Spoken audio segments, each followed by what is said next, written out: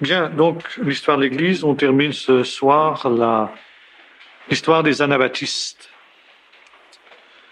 Les anabaptistes dont nous avons vu les différentes vicissitudes après la tragédie de Münster, et plus particulièrement le travail de reconstruction qui avait été organisé par Menno Simon. Ensuite, il y a, à partir de Menno Simon, d'autres hommes de Dieu, disons, qui, sur une échelle plus restreinte, vont entreprendre le même travail de reconstruction. Et il faudrait citer, en 1442, un certain Pilgram Marbeck, Pilgra2M Marbeck, comme ça se prononce avec CK au bout, ça, qui va écrire un petit livre sur ce que l'on appelle les frères, puisque eux-mêmes, évidemment, ne reconnaissent pas l'appellation d'anabaptiste qui leur est donnée, puisque anabaptiste signifie rebaptiseur. Et bien entendu, comme les baptistes modernes, ils se défendent de rebaptiser les gens.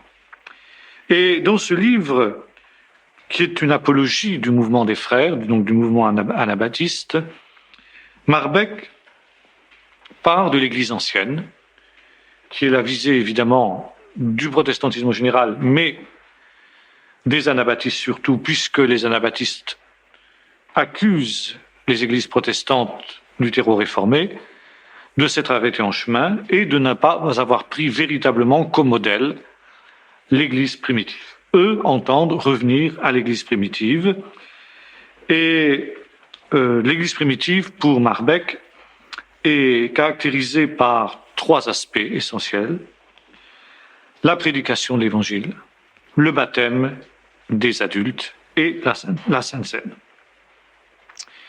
Ensuite, il faut citer un certain Soncin, Soncin,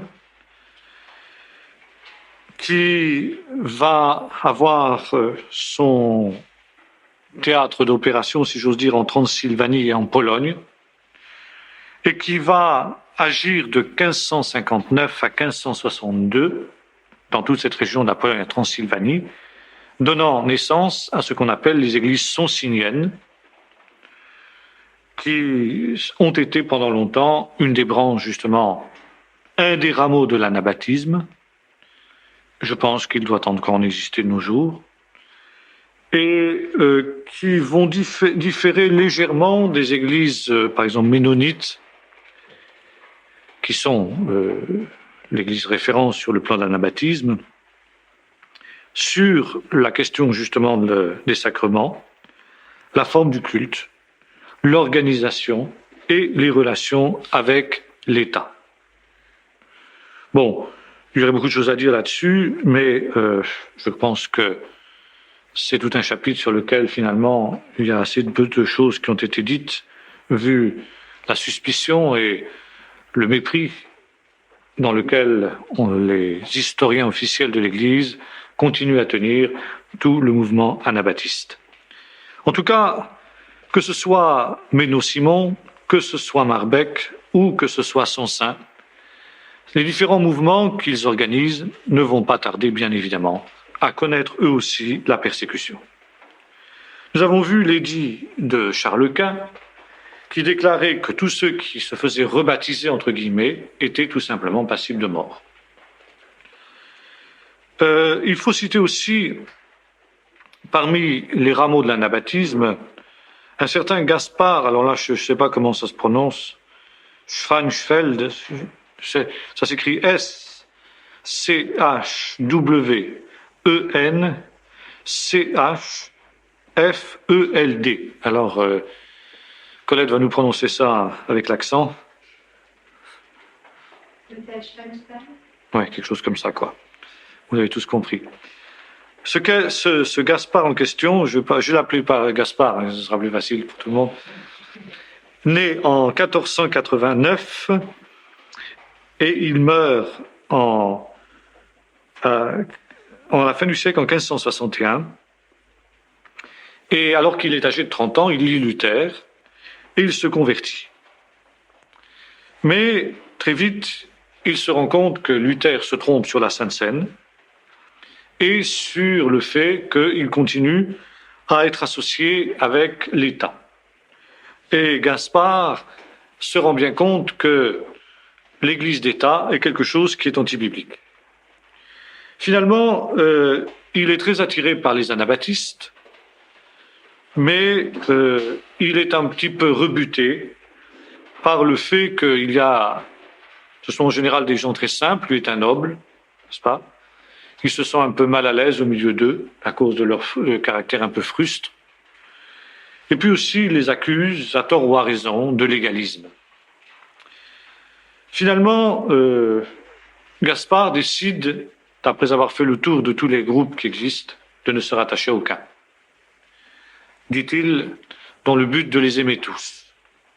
Ce qui est une position assez facile, évidemment, qui lui évite des persécutions, qui lui évite de se trouver pris dans les différents courants qui agitent à ce moment-là l'Europe chrétienne, et finalement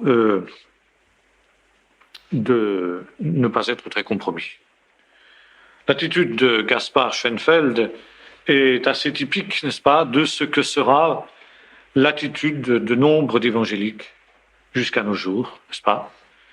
Et l'on voit que précisément c'était quelque chose vers lequel le mouvement évangélique tendait dès les origines, puisqu'il est le premier à adopter cette position et à la défendre.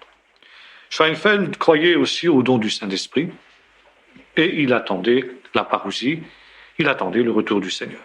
Facile. Quel a été l'impact du mouvement anabaptiste en France? En France, il a été beaucoup moindre qu'en Suisse, mais il a touché un professeur de l'Université de Paris en 1555 qui se nommait Jacques Lefebvre et qui avait rencontré Farel, avait adopté la doctrine du salut par la foi, puis avait été en contact avec Marguerite de Valois et ensuite avec l'évêque de Meaux Brissonnet dont nous avons déjà parlé. Lui-même se trouve dans le diocèse de Meaux et il est plutôt témoin de nombreuses plaintes de prêtres de Meaux qui se plaignent de la dérive de l'Église, qui se plaignent du fait que Brissonnet n'ait pas été non plus jusqu'au bout de sa démarche, comme nous l'avons déjà vu. Et Lefebvre, donc, s'approche de ces prêtres pour leur prêcher l'anabaptisme. Il est un peu regrettable qu'un homme de l'envergure et de l'érudition de Jacques Lefebvre, qui était professeur à l'Université de Paris, n'est-ce pas, soit tombé, hélas, dans un certain nombre d'outrances des anabaptistes. Et un beau jour, Jacques Lefebvre entre dans la cathédrale de Metz et il brise les idoles publiquement. Évidemment, il est arrêté, il est exécuté, n'est-ce pas? Bon, on sait que dans les premiers siècles de l'Église, ce genre d'excès avait aussi cours, n'est-ce pas? On le retrouve évidemment à la Réforme. Néanmoins, bien que les choses ne soient pas très répertoriées, parce que le mouvement anabaptiste, encore une fois, a été tellement combattu et tellement souterrain qu'on connaît peu de choses en ce qui le concerne. Mais il semble qu'en France, il y ait eu de nombreuses assemblées qui se soient créées. On trouve, par exemple, les traces d'une communauté anabaptiste importante à Paris, dans ces années-là, qui serait rassemblée chez un certain Jean de Massara. Et on sait, par exemple, on a une lettre de lui, qui évoque le fait qu'à l'occasion de la naissance de son fils, qui avait eu lieu en 1555, il avait profité de cet événement pour consacrer chez lui, donc dans sa maison où se rassemblait la communauté anabaptiste, un certain nombre de diacres. Bon. Par contre, en Suisse, les anabaptistes étaient infiniment plus nombreux Et ils étaient également nombreux, en général, sur les frontières. Pour une raison simple, c'est que s'ils étaient persécutés, comme disait Jésus, si on vous persécute dans une ville, fuyez dans l'autre. Donc s'ils étaient persécutés dans un pays, proche de la frontière, c'était facile de passer la frontière, de se réfugier dans le pays voisin, et de faire la manœuvre inverse, si au bout d'un certain temps, n'est-ce pas, le pays d'accueil se mettait à nouveau à persécuter. Si les conditions politiques changeaient, on pouvait donc changer facilement de pays. C'est pourquoi, en France, les anabaptistes étaient surtout concentrés dans l'Est, le long de la frontière suisse, pays de Montbéliard, jusqu'à aujourd'hui d'ailleurs, n'est-ce pas, Alsace-Lorraine, bref, le Doubs, la région du Doubs, etc., parce que ça leur était facile, en cas de problème, de passer en Suisse. Bon, voilà en gros ce qu'on peut dire de l'anabaptisme, vu les maigres sources dont on dispose, bien évidemment. Il n'y a pas de doute que l'histoire anabaptiste est infiniment plus riche que cela. Mais nous sommes obligés de passer maintenant à un nouveau chapitre, qui est la contre-réforme catholique. Après la réforme, qui marque grosso modo la première partie du XVIe siècle, la deuxième partie du XVIe siècle est marquée par la contre-réforme catholique. Contre-réforme qui se veut elle-même une réforme de l'Église catholique. Cette réforme qui est réclamée depuis le XVe siècle, surtout, après les fameux conciles avortés de Constance et de Bâle, et que la hiérarchie catholique, la papauté essentiellement, avait tellement hésité à entreprendre, vu le souvenir cuisant qu'elle avait justement des deux conciles précédents. Finalement, après bien des hésitations, des tergiversations, après la demande réitérée notamment des autorités politiques, à savoir essentiellement de Charles Quint, la papauté, en la personne du pape Paul II, va se résoudre à convoquer un concile œcuménique. Il faut dire que vers la moitié du siècle, à peu près au moment de la mort de Luther, le catholicisme est en plein désarroi. C'est l'époque où, désespérant de voir l'Église catholique réagir spirituellement, les souverains catholiques européens, à savoir Charles Quint et François Ier, organisent les premières guerres de religion, ainsi que nous aurons l'occasion de le voir. En fait, il apparaît nettement que le catholicisme ne sait comment prendre le problème de la réforme. Pourquoi le catholicisme avait-il tant hésité avant d'entreprendre un concile œcuménique ? Eh bien, on craignait essentiellement que la convocation d'un nouveau concile œcuménique aille dans le sens du concile de Constance, c'est-à-dire vers l'affaiblissement du pouvoir papal. Et il y avait une chose que la papauté n'était absolument pas prête à remettre en cause, c'était justement son pouvoir absolu. Finalement, devant l'immensité du désastre, si j'ose dire, la papauté décide de jouer son ultime carte, qui est justement le concile œcuménique. Ce concile se rassemble dans la ville de Trente, en Italie, et il va siéger pendant 20 ans. Voyez-vous, c'est un concile important, avec 2 interruptions néanmoins. Quand on sait que Vatican II a duré 4-5 ans, tout au plus, n'est-ce pas ? On imagine ce qu'a été le concile de Trente, 20 ans, n'est-ce pas, de travail. C'est quelque chose de tout à fait considérable. La première session aura lieu de 1546, c'est tout à fait intéressant de constater, et c'est un hasard, que le concile de Trente se rassemble l'année même de la mort de Luther, 1545, n'est-ce pas ? Donc 1546, le concile va siéger 1 an, jusqu'en 1547, et la session prendra fin pour cause de peste. La peste éclate dans la ville de Trente, et les pères conciliaires, courageux mais pas téméraires, préfèrent aller se mettre au vert en attendant que les choses s'arrangent.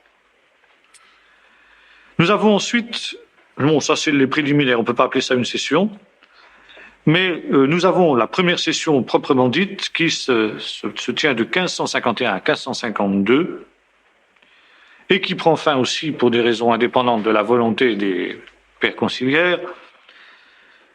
Ça prend fin essentiellement à cause de l'invasion des Turcs qui s'approchent du Tyrol et qui entendent faire leur jonction avec l'armée protestante. Si bien que l'Italie est prise en tenaille entre les Turcs à l'est et les protestants à l'ouest.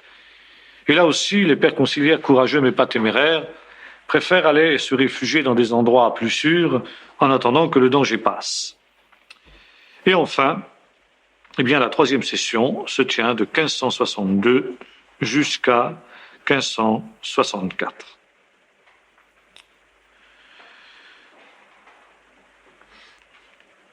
Deux épiscopats vont tenir dans ce concile une place prépondérante. L'épiscopat italien et l'épiscopat espagnol. Il y a dans la convocation du concile 3 buts. Le premier, bien évidemment, extirper l'hérésie. Deuxièmement, réformer la discipline. Alors, remarquez, il s'agit de réformer la discipline et non pas la foi. Rétablir et réformer la discipline et les mœurs du clergé, c'est-à-dire que ça a toujours été la visée des réformes catholiques. Que ce soit la réforme de Cluny dont nous avons parlé en son temps, que ce soit la réforme cistercienne, que ce soit les tentatives avortées de réforme du XIVe et du XVe siècle, que ce soit finalement Vatican II, les visées des réformes catholiques ne visent que les mœurs. Par exemple, on disait de Vatican II qu'il était un concile pastoral, c'est-à-dire qu'il visait les mœurs, mais pas la doctrine. Et c'est pourquoi, quand on dit la réforme du XVIe a été finalement déclenchée parce que justement les mœurs du clergé étaient tellement corrompues que, eh bien, l'Église catholique ne prenant pas l'initiative de sa propre réforme, eh bien la base l'a pris. Or, justement, c'est totalement erroné. Car la réforme protestante n'était pas une réforme des mœurs. C'était une réforme doctrinale. C'était une réforme beaucoup plus profonde. Et on ne refait pas l'histoire, bien sûr. Et avec des si, comme on le dit familièrement, on peut mettre Paris dans une bouteille. Mais on peut se demander si l'Église catholique avait pris l'initiative d'une réforme au début du XVIe siècle. Si le Concile de Trente avait été convoqué au début du XVIe siècle, on peut se demander si cela aurait empêché la réforme protestante. Ça n'est pas certain. Il y a de grandes chances pour que ce soit l'inverse. Par conséquent, le Concile de Trente n'était pas vraiment une réponse à la réforme protestante. Car le troisième but du Concile, c'était de réaffirmer les dogmes. Or, nous avons vu, les réformateurs, les premiers, avaient demandé la convocation d'un concile. Luther avait été le premier à demander la convocation d'un concile pour discuter de ses thèses et pour les faire adopter officiellement au plus haut niveau par l'Église catholique. Et quand finalement est donnée satisfaction aux réformateurs qui avaient demandé ce concile, eh bien les réformateurs ne s'y reconnaissent absolument pas. Parce que les visées du concile ne sont pas du tout ce qu'ils ont demandé. C'est-à-dire qu'on va on ne va pas traiter du véritable problème. On ne va pas au fond du problème.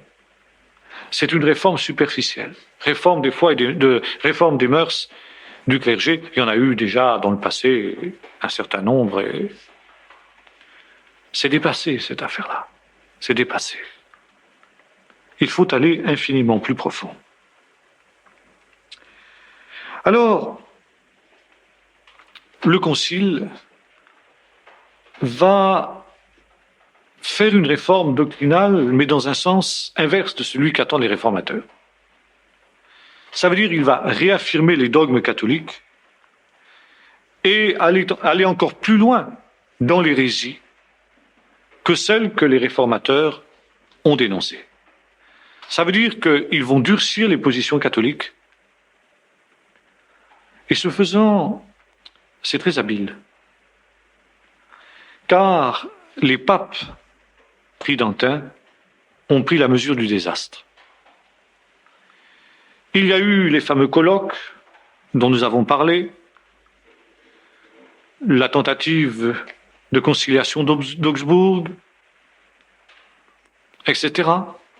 Le colloque de Poissy en France dont nous aurons l'occasion de reparler. Et toute tentative de conciliation a échoué. Et la papauté comprend que dans cette situation-là, si elle veut ne pas être emportée dans la tourmente, il lui faut durcir la position et rendre toute réconciliation impossible pour que ce soit l'affrontement. Et le Concile de Trente est une recherche de l'affrontement, doctrinalement parlant.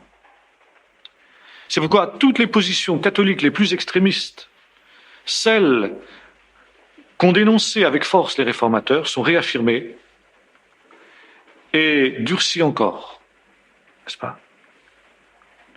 Le Concile de Trente est un concile de combat. Les réformateurs ont compris que dans un combat d'idées,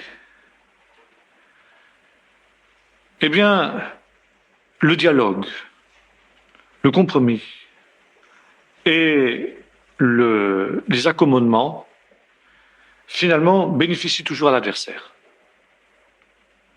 Et que pour faire la part du feu, pour empêcher la décomposition de son propre camp déjà très entamé par les idées de la réforme, eh bien, c'est d'obliger chacun à se déterminer, à choisir son camp. Et pour cela, de durcir les positions.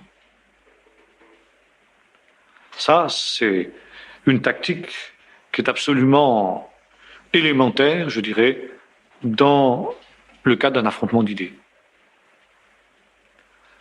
Et les pères conciliaires, eh bien, en tirent les conclusions. C'est la raison pour laquelle, par exemple, on va déclarer l'inspiration des apocryphes, des livres apocryphes. Ce qui était en suspens depuis déjà des siècles, et finalement n'avait jamais été tranché. Mais, puisque la réforme se base sur l'écriture pour combattre le catholicisme, et notamment toute la doctrine de l'au-delà du catholicisme, à savoir la gestion en quelque sorte par l'Église de l'au-delà au travers du purgatoire, des indulgences, des messes pour les morts, des sacrements, etc.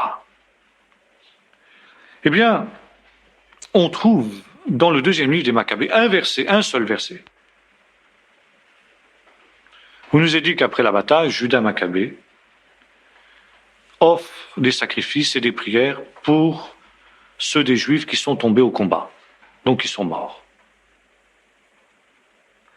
Or, comme les textes canoniques, reconnus à la fois par les protestants et les catholiques, n'offraient aucun verset qui puisse appuyer la doctrine catholique de l'au-delà, eh bien, par un tour de passe-passe, on déclare que tous les apocryphes, sans exception, sont canoniques, sont inspirés, tout en faisant une petite nuance quand même.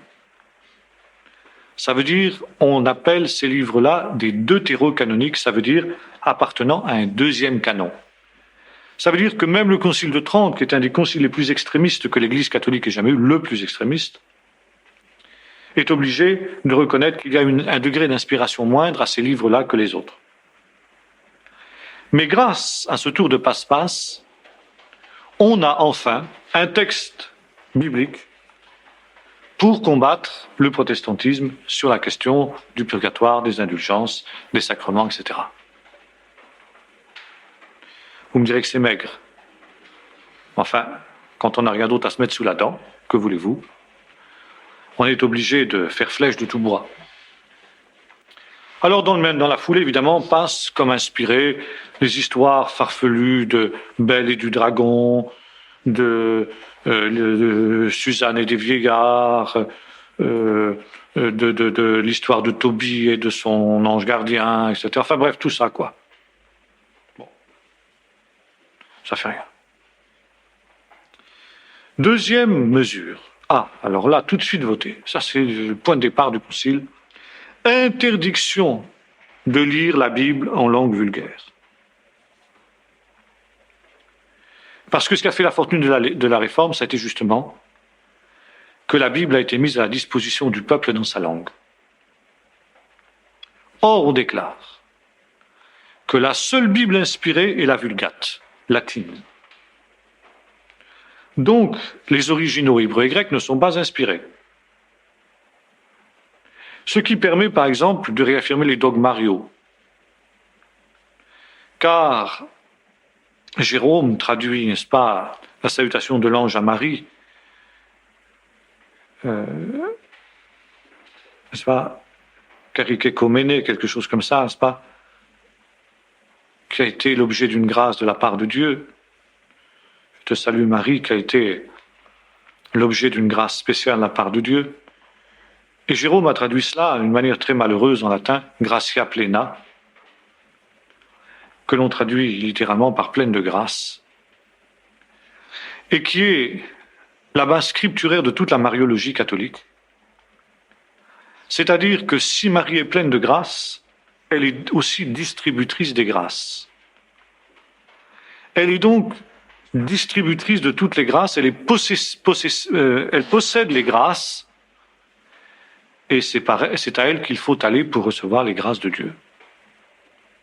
Alors voyez comment ça n'est pas anodin de dire c'est la Vulgate qui est inspirée.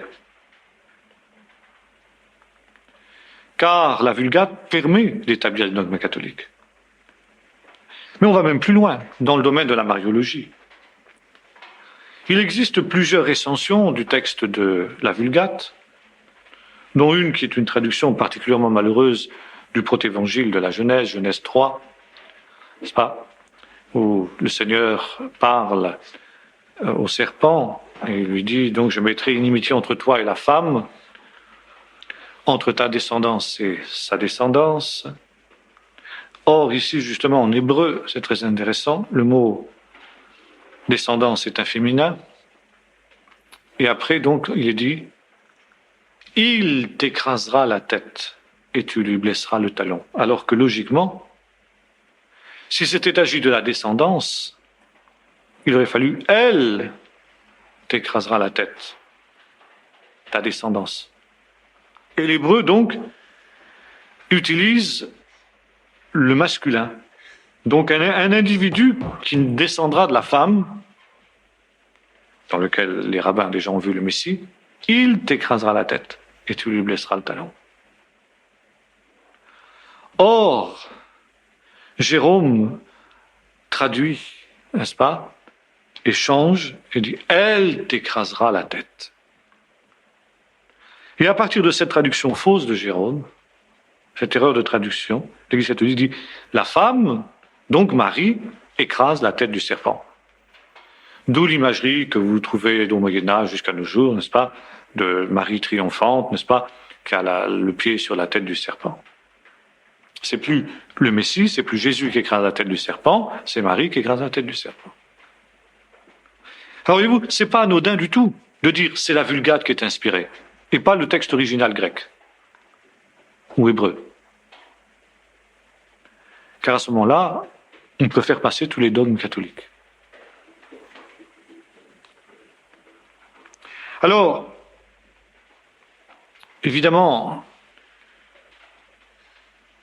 les réformateurs ont eu beau jeu de montrer tout ce que la position catholique avait d'absolument invraisemblable et d'illogique. Comment les erreurs de la Vulgate étaient évidentes. Et aujourd'hui, l'Église romaine ne tient plus cette position. Mais elle dit quand même que la Vulgate est inspirée au même niveau que les originaux hébreux et grecs. On a mis un peu d'eau dans le vin, quoi. Voilà. Donc, l'ambiguïté catholique qui est une des marques de cette religion. Troisième point qui va être réaffirmé par le Concile de Trente, celui auquel les papes tenaient par-dessus tout, et qui était la condition pour eux pour convoquer le Concile.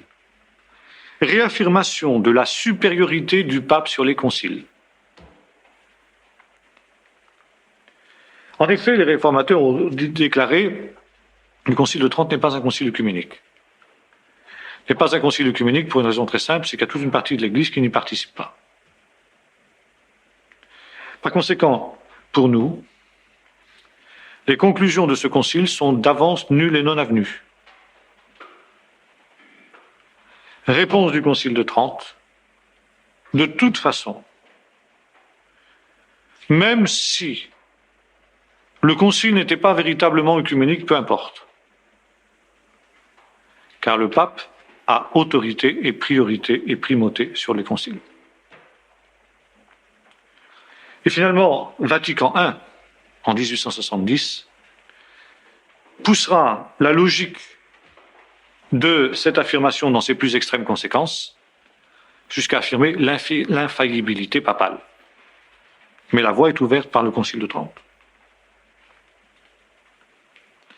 Alors, ici, il y a des théologiens qui vont jouer un rôle important. Le plus important d'entre eux sera un certain Melchior Caro, qui est un théologien espagnol. Or, l'Espagne, nous l'avons vu, a réussi à passer à côté du mouvement de la Réforme en persécutant à mort tous les protestants. C'est l'époque où l'Inquisition se déchaîne contre les Juifs. Par conséquent, l'Espagne est, sur le plan religieux, une des forteresses catholiques, presque plus encore que l'Italie, et en tout cas une forteresse d'obscurantisme et de fanatisme, à cause de la guerre de reconquête contre les musulmans, qui vient de s'achever, et puis à cause de la lutte contre les Juifs. Et Melchior Caro fait adopter un autre dogme, c'est que la tradition a la même valeur que l'écriture. Il y a deux sources de la révélation, l'écriture et la tradition. Elles sont sur le même plan. Ce qui permet de dire, quand on est attaqué sur le plan de l'écriture et qu'on est en difficulté sur le plan de l'écriture face aux réformés qui ont la partie belle, même si on a des artifices comme ceux qu'on a évoqués tout à l'heure, les apocryphes ou bien la Vulgate, c'est quand même un peu court, alors on fait appel à la tradition. Là aussi, bien sûr. Les protestants auront beau jeu de dénoncer, n'est-ce pas, cette énormité. Et là aussi, l'Église catholique mettra un peu d'eau dans son vin avec Vatican II, en réaffirmant que si la tradition a la même autorité que l'écriture, elle est quand même seconde par rapport à l'écriture et que l'écriture découle de la tradition. Allez, on est vraiment dans l'ambiguïté jésuitique qui caractérise l'Église catholique, comme pour l'histoire de la Vulgate et des originaux. Donc, et ça c'est un autre point important, si la tradition a la même valeur que l'écriture, ça veut dire que l'Église est maîtresse de l'écriture et qu'elle seule a le droit de l'interpréter. L'écriture appartient à l'Église et c'est au magistère romain de l'interpréter. D'où l'interdiction de la mettre entre les mains du laïc qui va l'interpréter sans la lumière de l'Église et qui par conséquent va errer. C'est pourquoi l'Écriture est réservée aux clercs, à ceux dont la mission est justement de l'interpréter. Autre dogme qui va être réaffirmé par Trente, la messe en tant que sacrifice. Lorsque le prêtre prononce les paroles rituelles de consécration, ceci est mon corps, ceci est mon sang, le pain eucharistique se trouve changé, comme on l'a vu dans le dogme de la transsubstantiation qu'ont tant combattu les réformateurs, dans le corps, la chair matérielle de Jésus, et si l'hostie est véritablement le corps de Jésus, quand cette hostie est brisée, le sacrifice de Jésus à la croix est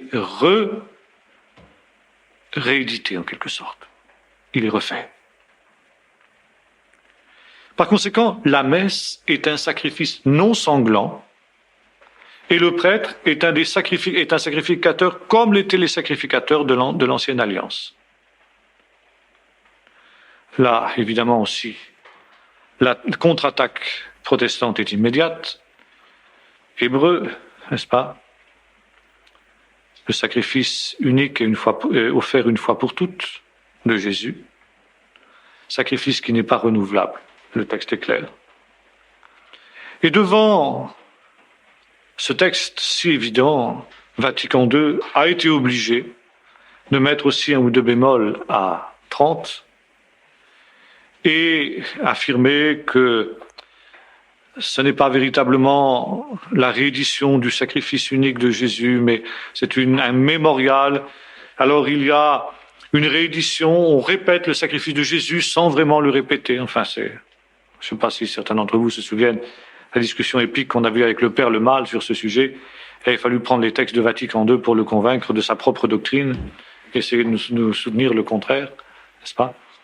Mais c'est tellement ambigu, n'est-ce pas? C'est sans être. C'est toujours pareil avec l'Église catholique, c'est sans être. Hein. Bon.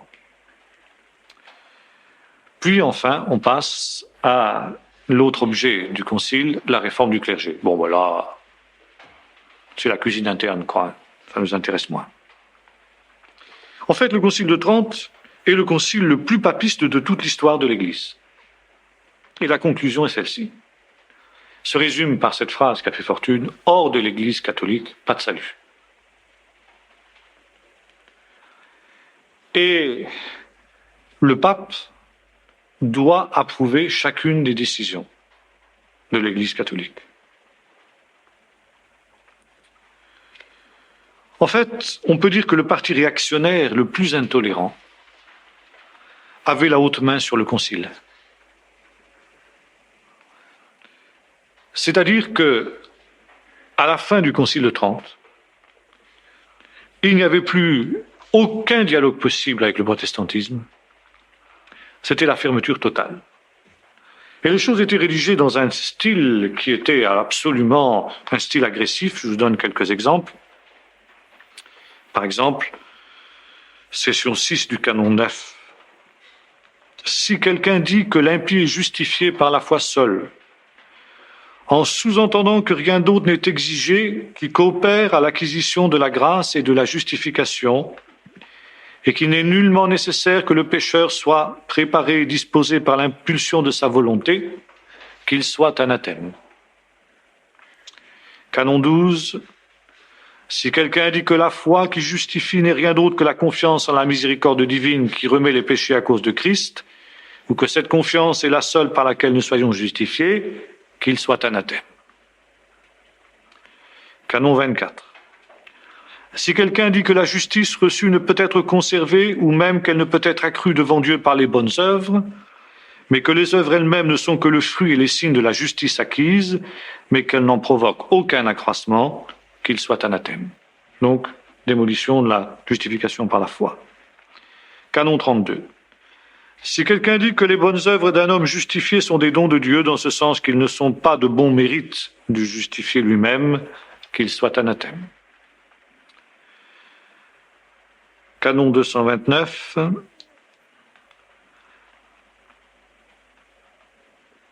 Comme par l'expérience, il est évident que si les saints livres sont répandus partout sans discrimination en langue vulgaire, il s'ensuit à cause de la témérité des hommes plus de mal que d'utilité, qu'ils soient laissés dans ce domaine au jugement de l'évêque ou de l'inquisiteur, de pouvoir donner, après s'être entendus avec le pasteur de la paroisse ou le confesseur, le droit de lire la Bible en langue vulgaire traduite par des auteurs catholiques, à ceux qu'ils verront ne pouvoir en retirer du dommage, mais au contraire l'accroissement de foi et de piété à la suite d'une telle lecture, qu'ils aient cette autorisation par écrit. C'est-à-dire que chaque évêque, c'est-à-dire que si un laïc ou même un clerc, un prêtre, veut lire la Bible dans sa langue, il doit d'abord demander l'autorisation à l'évêque. Et l'évêque juge si l'individu en question qui fait la demande est suffisamment mûr dans la foi catholique pour pouvoir aborder cette lecture sans dommage. Pour vous montrer, ça a été entre les deux guerres, même jusqu'au début du siècle, jusqu'au début des années d'après-guerre, j'avais une grand-tante, n'est-ce pas, catholique, et mon grand-père, c'est le grand témoignage, et elle ne voulait même pas toucher la Bible. Il avait une Bible, il prenait la Bible, il ne voulait même pas la toucher. Alors, un jour, je lui dis, mais qu'est-ce qu'il y a? Alors, elle dit, j'ai demandé à mon curé si je pouvais lire la Bible. Voyez-vous, elle avait appliqué exactement la règle du Concile de Trente, et le Concile avait répondu, non, parce que c'est un mauvais livre, et de toute façon, vous n'y comprendrez rien. Elle ne voulait même pas toucher la Bible. Même pas la toucher, c'était impur, n'est-ce pas? Mais celui qui aura la présomption de les lire ou de les posséder en dehors d'une telle autorisation ne pourra obtenir la rémission de ses péchés sans avoir auparavant rendu la Bible à l'ordinaire. Voilà. Et là aussi, bon, il a fallu mettre un peu d'eau dans son vin, mais en principe, le catholique n'a le droit de lire la Bible jusqu'à aujourd'hui que si celle-ci a l'imprimature, ça veut dire si elle est annotée, d'abord si elle est traduite par les autorités compétentes, et si elle est annotée d'une telle manière que l'interprétation du texte sera obligatoirement l'interprétation catholique. Et les Bibles sans notes, comme celles que nous diffusons nous, et auxquelles nous sommes très attachés, si ce n'est des notes explicatives, n'est-ce pas? Eh bien, logiquement, sont interdites aux catholiques qui respectent. Bon. Le catholique de base respecte maintenant, plus ou moins, il en prend à son aise. Mais logiquement, d'après le droit canon catholique, c'est ainsi. Autres dogmes qui sont réaffirmés, les mérites, nous l'avons vu, la valeur des sacrements et la transsubstantiation. En fait, à partir de 30, l'Église catholique redevient une machine de guerre, dont la visée est la domination mondiale. Car derrière le Concile de Trente, il y a non seulement le problème de l'hérésie protestante, comme ils disent, n'est-ce pas? Mais il y a aussi un autre phénomène sur lequel nous allons nous arrêter dans quelque temps. Ce sont les grandes découvertes. Le XVIe siècle, le XVe siècle déjà, mais surtout le XVIe, c'est l'ère des grandes découvertes. La colonisation d'Amérique en particulier. Or, la colonisation, c'est aussi la mission. Il s'agit d'évangéliser ces Indiens, et on les évangélise très bien d'ailleurs, n'est-ce pas? En les massacrant, ça, c'est radical comme ça. Ils se retrouvent tous au paradis. Tous. Ça, c'est formidable. Il va y avoir des millions d'Indiens qui vont comme ça être massacrés. Ad maiorem Deo gloriam, comme diront les jésuites, pour la plus grande gloire de Dieu. Ce qui fait que Jean-Paul II n'a pas pu aller célébrer cet événement l'an dernier, en 1992, parce que les descendants des massacrés n'ont pas manifesté un grand enthousiasme au souvenir de la manière dont ils ont été évangélisés. Ils sont en train de le montrer d'ailleurs en quittant l'Église catholique en masse. Là aussi pour la plus grande n'est-ce pas, le grand désespoir de Jean-Paul II. Mais donc, Vatican II, 30 a aussi pour but cette évangélisation du Nouveau Monde. Car pour l'Église catholique, contrairement à Jésus, son royaume est de ce monde. Et 30 réaffirmait cette souveraineté de l'Église catholique sur le monde. L'Église est au-dessus des États. L'Église est au-dessus des rois. Et elle a une vocation à la domination et à l'empire universel. Voici par exemple une des professions de foi du Concile de Trente. Je reconnais fermement, dit le fidèle catholique, et j'embrasse les traditions apostoliques et les autres coutumes et règlements de l'Église. De même, je reconnais l'Écriture sainte dans le sens où notre Sainte Mère l'Église l'a tenue et la tient encore. À elle appartient le jugement sur le sens véritable et l'explication des Saintes Écritures. Jamais je ne l'interpréterai et ne l'expliquerai autrement que d'après l'interprétation unanime des pères. Je confesse aussi qu'il y a au sens propre et véritable du terme 7 sacrements de la Nouvelle Alliance qui ont été institués par notre Seigneur Jésus-Christ.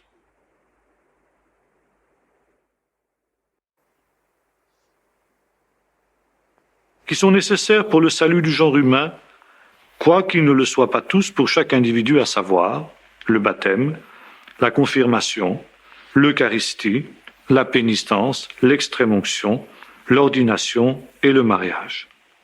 Ils communiquent la grâce et que parmi eux, le baptême, la confirmation et l'ordination ne peuvent être renouvelés sans privilège. Voilà. Bon, on passe ensuite à une meilleure éducation du clergé. Ça fait partie de la machine de guerre, n'est-ce pas? Car souvent, le gros problème, c'est que les prêtres de base n'étaient pas en mesure de discuter avec les pasteurs. Alors, on va les armer pour qu'ils puissent polémiquer. Et dans ce but, on édite en 1590 une nouvelle édition de la Vulgate qui va prendre le nom de Sixtine, qui est jusqu'à aujourd'hui encore l'édition de la Vulgate la plus courante, n'est-ce pas?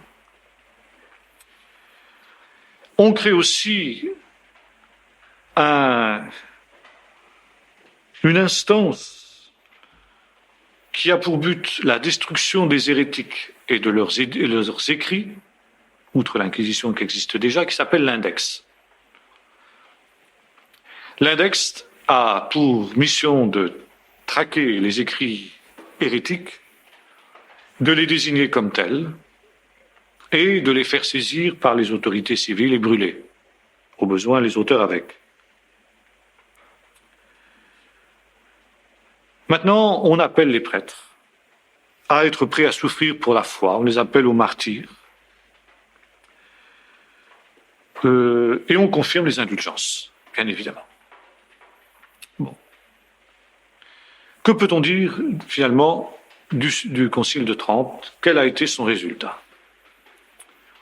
Manifestement, il a été un coup d'arrêt à l'expansion protestante. Ça, c'est indiscutable.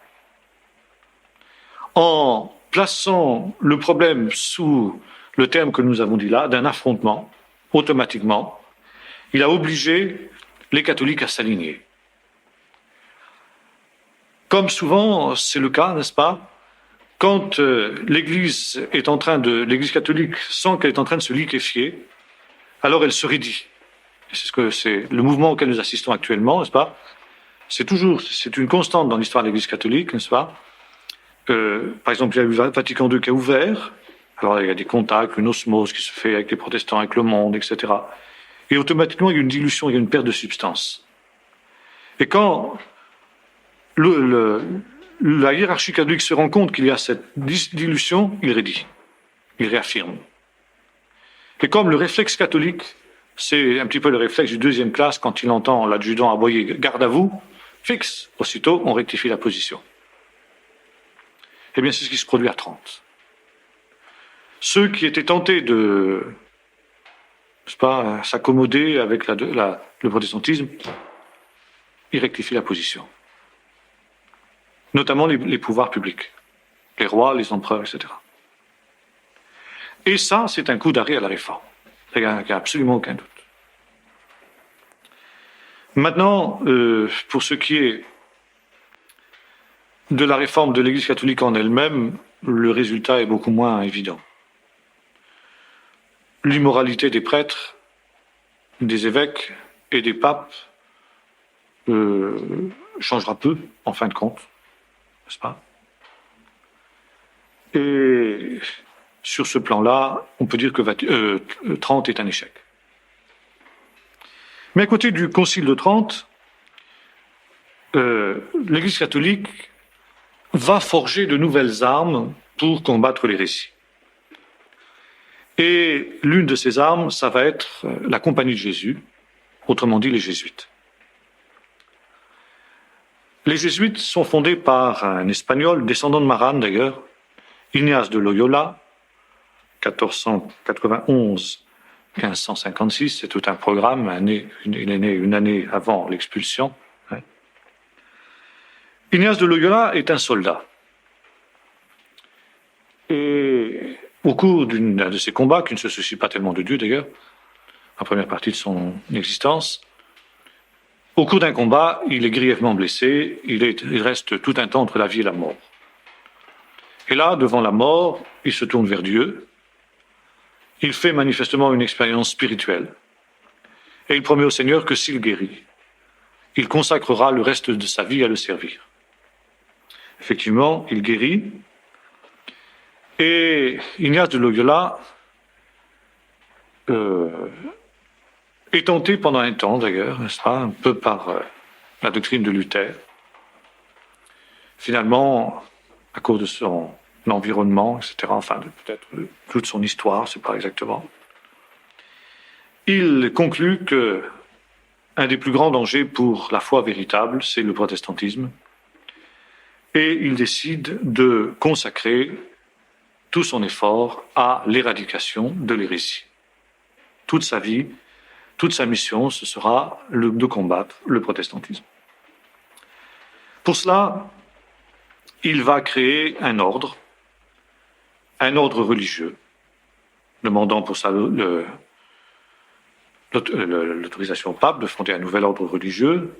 Il fait les 3 vœux monastiques classiques, chasteté, pauvreté, obéissance, mais un vœu supplémentaire qui est l'obéissance totale au pape. Et il demande de n'avoir pas d'autre autorité que celle du pape. La compagnie de Jésus, comme il l'appelle, n'est-ce pas, est une légion, une armée. Ignace de Loyola est lui-même un soldat, et il organise son ordre sur le modèle d'une armée, avec un général, se nomme lui-même général, bien sûr, ou il se fait nommer général, reconnaître général par le pape. Et c'est une armée entièrement dévouée au service du pape, qui est là pour exécuter les moindres désirs du pape, perinde ac cadaver, selon la doctrine du mouvement, ça veut dire obéir comme un cadavre, sans réfléchir, sans penser par soi-même, n'est-ce pas? L'obéissance à la hiérarchie, c'est-à-dire au pape d'abord, mais ensuite évidemment au supérieur hiérarchique, comme dans une armée, n'est-ce pas? Eh bien, on obéit sans comprendre, sans chercher à comprendre. Et le deuxième slogan d'Ignace de Loyola, Ad maiorem Deo gloriam, pour la plus grande gloire de Dieu, qui est une manière de reprendre à son compte la devise des réformateurs, Soli Deo gloria, à Dieu seul la gloire. Et voyez-vous, Ignace de Loyola la transforme, Ad maiorem Deo gloriam, pour la plus grande gloire de Dieu. Tout ce qui est fait pour la plus grande gloire de Dieu. Ça veut dire, c'est une manière absolument abominable de tourner en quelque sorte la vision des réformateurs, c'est-à-dire la fin justifie les moyens. Du moment que le but ultime est la gloire de Dieu, on peut employer tous les moyens. Et ces moyens, eh bien justement, nous allons voir qu'ils ne sont pas banals. Le premier élément, c'est le développement d'une mystique fanatique qui a beaucoup à voir avec le tempérament espagnol exacerbé sur ce plan-là. Peut-être, comme me disait un professeur juif, peut-être que justement il y a une certaine influence de la Kabbale, la mystique juive dans ce domaine-là. Possible.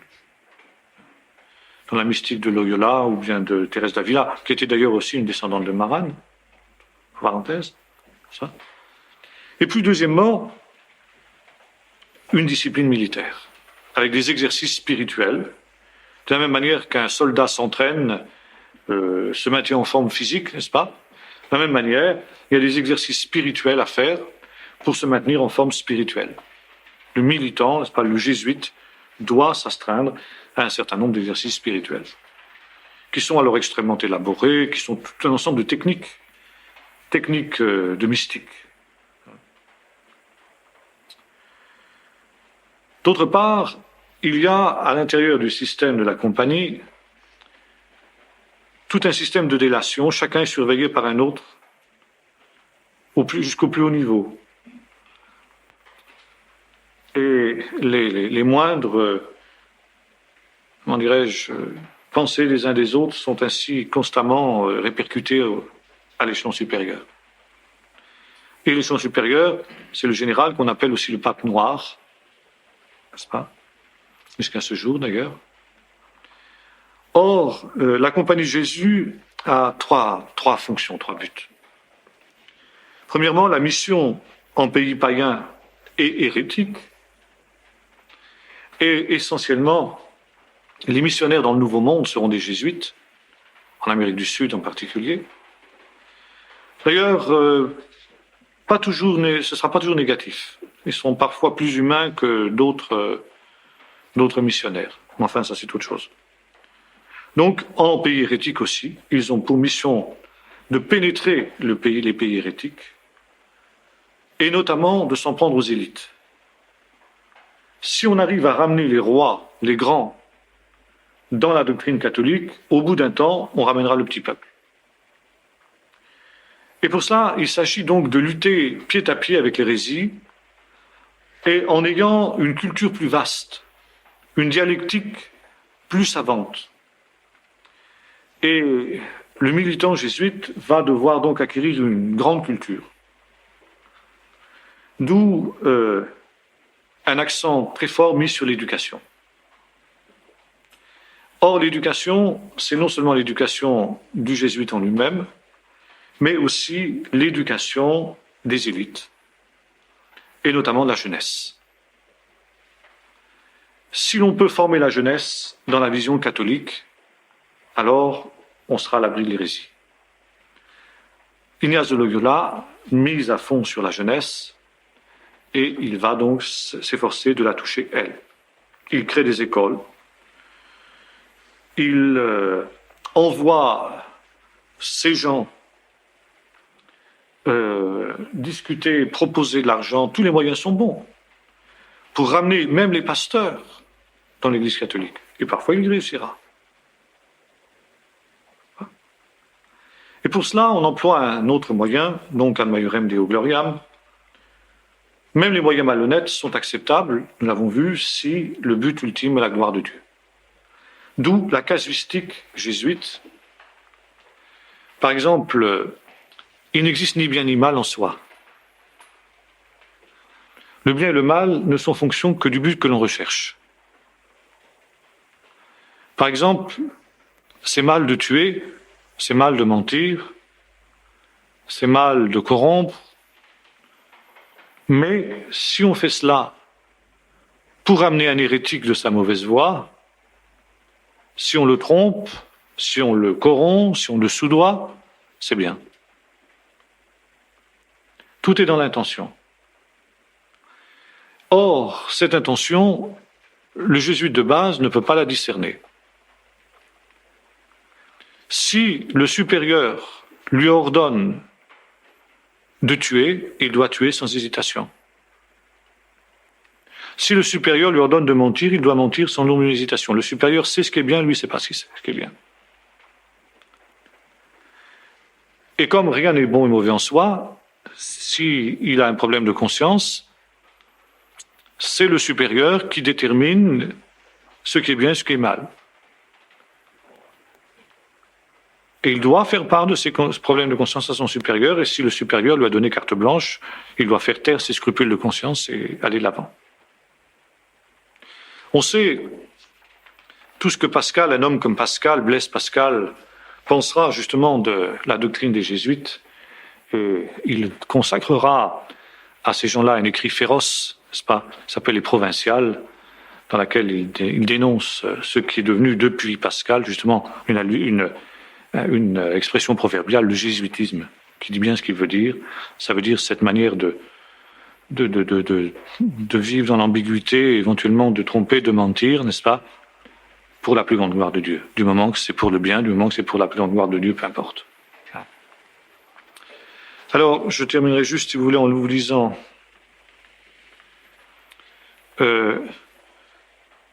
justement ce que la profession de foi du jésuite qui prononce les vœux.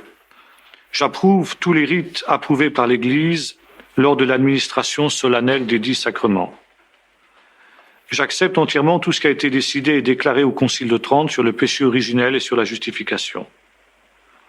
Je confesse que dans les messes est consommé un sacrifice véritable et expiatoire pour les vivants et pour les morts, et dans le très saint sacrement de l'Eucharistie, le corps et le sang, en même temps que l'âme de la divinité de notre Seigneur Jésus-Christ, sont réellement et véritablement présents. Qu'il se produit une transformation de toute la substance du pain dans le corps et de toute la substance du vin dans le sang. Cette transformation, l'Église catholique la nomme transsubstantiation. Je confesse en outre que le Christ tout entier et le véritable sacrement sont présents même sous une seule espèce. Je tiens fermement qu'il existe un purgatoire et que les âmes qui y sont renfermées trouvent un secours dans la prière des croyants. Je crois fermement que l'on doit vénérer et invoquer les saints qui règnent avec le Christ, qu'ils apportent pour nous des prières à Dieu, que l'on doit vénérer leurs reliques. J'affirme fermement que l'on doit avoir et conserver les images du Christ, de la Mère de Dieu toujours vierge, ainsi que des saints, qu'on doit leur témoigner le respect et la vénération qui leur sont dus. Je dis aussi que le Christ a donné à l'Église plein pouvoir pour les indulgences et que leur usage apporte une grande bénédiction au peuple chrétien. Je reconnais la Sainte Église romaine, catholique et apostolique comme la mère et l'éducatrice de toutes les Églises. Je promets et jure vraie obéissance au pape romain, successeur de Saint-Pierre, le prince des apôtres et le vicaire de Jésus-Christ. J'accepte aussi sans élever aucun doute et je confesse toutes les autres choses qui ont été transmises, décidées et déclarées par les saints conciles œcuméniques, avant tout par le Saint Concile de Trente. Et de même, je condamne, je rejette, j'anathémise tout ce qui est en contradiction avec cela, toutes les fausses doctrines que l'Église a condamnées, rejetées